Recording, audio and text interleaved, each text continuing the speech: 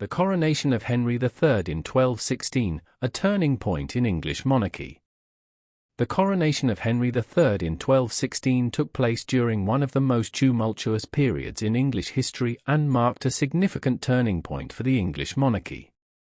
At just 9 years old, Henry inherited a fractured kingdom torn apart by the First Barons' War, with England's nobility divided and a French claimant vying for the throne. Let us explore the circumstances surrounding Henry III's coronation, the critical role of his regents, and the long-term implications of his reign, especially regarding the Magna Carta, the rise of English constitutionalism, and the efforts to restore stability after the turbulent rule of his father, King John. England on the brink, the turbulent context of 1216. Henry III's accession occurred against the backdrop of a deeply troubled England. His father, King John, had alienated much of the nobility with his authoritarian rule, unpredictable decisions, and heavy taxation. John's disastrous military campaigns, especially his loss of the Angevin territories in France, further diminished his standing among English barons, who were expected to finance the king's military pursuits. His desperate attempts to reclaim these lands led to increased taxes and strained his already fraught relationship with the barons, many of whom felt their liberties and estates were under constant threat. The growing discontent culminated in 1215 with the signing of the Magna Carta, a revolutionary document that attempted to limit royal authority, protect the rights of barons, and ensure the rule of law. John's reluctance to honor the charter, however, reignited tensions and led to the First Barons' War, as rebellious barons sought to enforce their rights. Some even went as far as inviting Prince Louis of France to claim the English throne. By the time of John's death in October 1216, England was a kingdom on the verge of collapse, with much of the nobility aligned against the monarchy, and a foreign prince supported by powerful barons threatening the stability of the English crown. The immediate need for a legitimate monarch. King John's death left a 9-year-old Henry as his successor, presenting a unique challenge.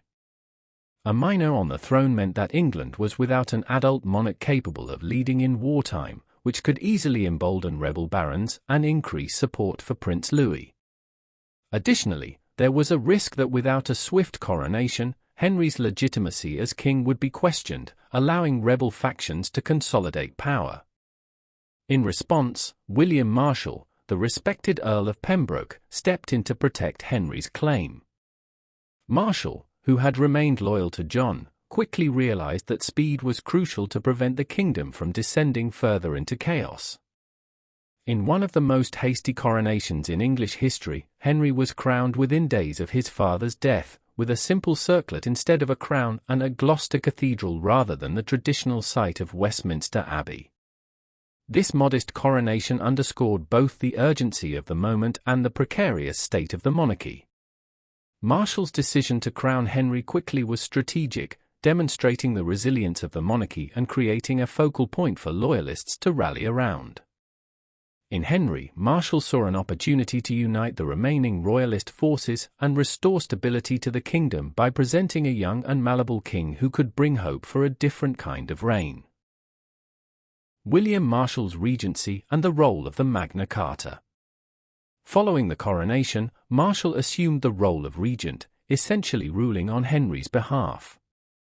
Marshal's regency was marked by a policy of conciliation with rebel barons and a commitment to peace.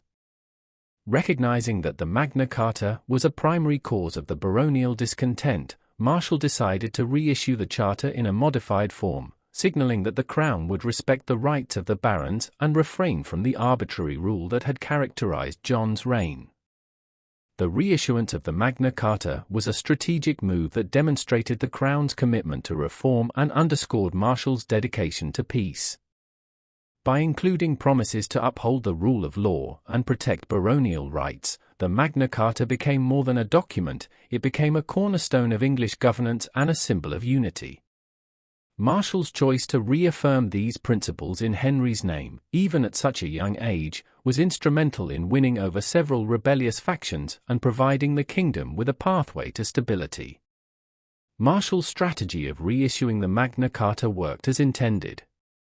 Many of the rebel barons began to realign with Henry, attracted by the promise of reform and stability. This shift in loyalty helped turn the tide of the First Barons' War. The critical moment came in 1217 at the Battle of Lincoln, where Marshall's forces decisively defeated those loyal to Prince Louis, effectively ending the French prince's ambitions for the English throne. Louis's forces soon withdrew, and peace was negotiated, securing Henry's place as king and marking a significant victory for Marshall's regency. The impact of Henry III's long minority. Henry III's minority, which extended well into his teenage years, required a continued reliance on regency governance, with several advisors and barons playing essential roles.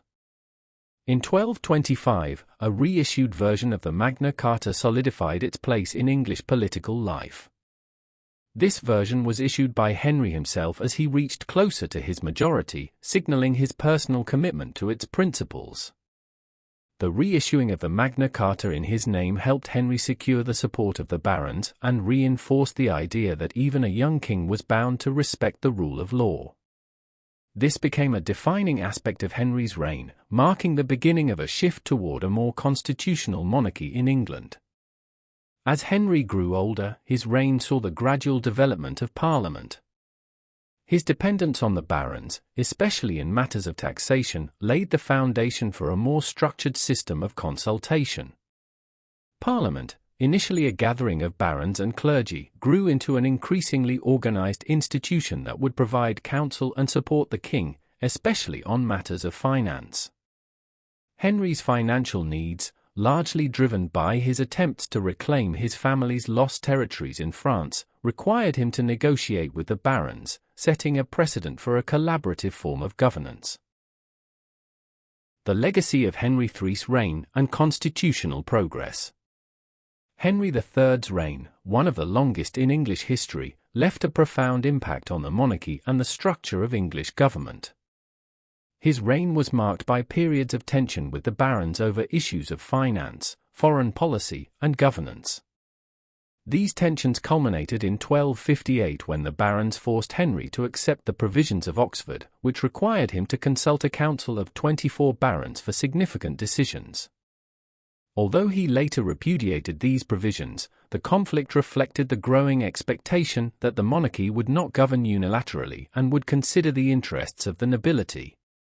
The significance of Henry's acceptance and later rejection of the provisions of Oxford cannot be overstated, as it underscored the tension between royal authority and baronial rights. The provisions planted the seeds for what would become a permanent English Parliament, an institution that evolved from an advisory body to a legislative power capable of checking the monarchy's decisions.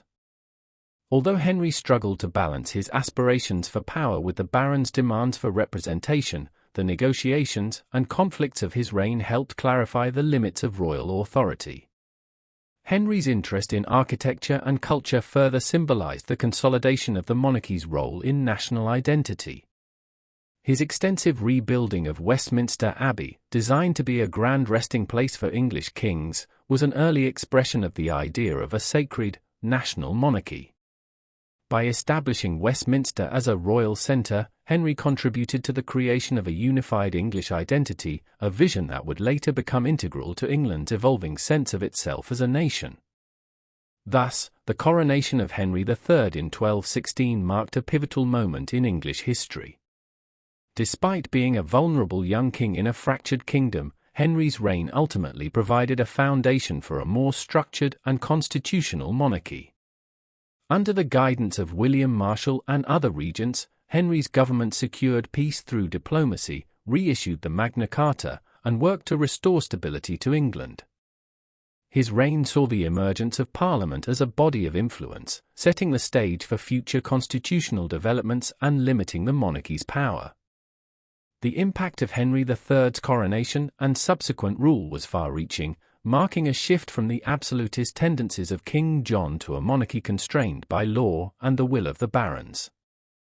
Henry's reign illustrated the importance of negotiation, compromise, and the rule of law, principles that would shape the English monarchy for centuries to come.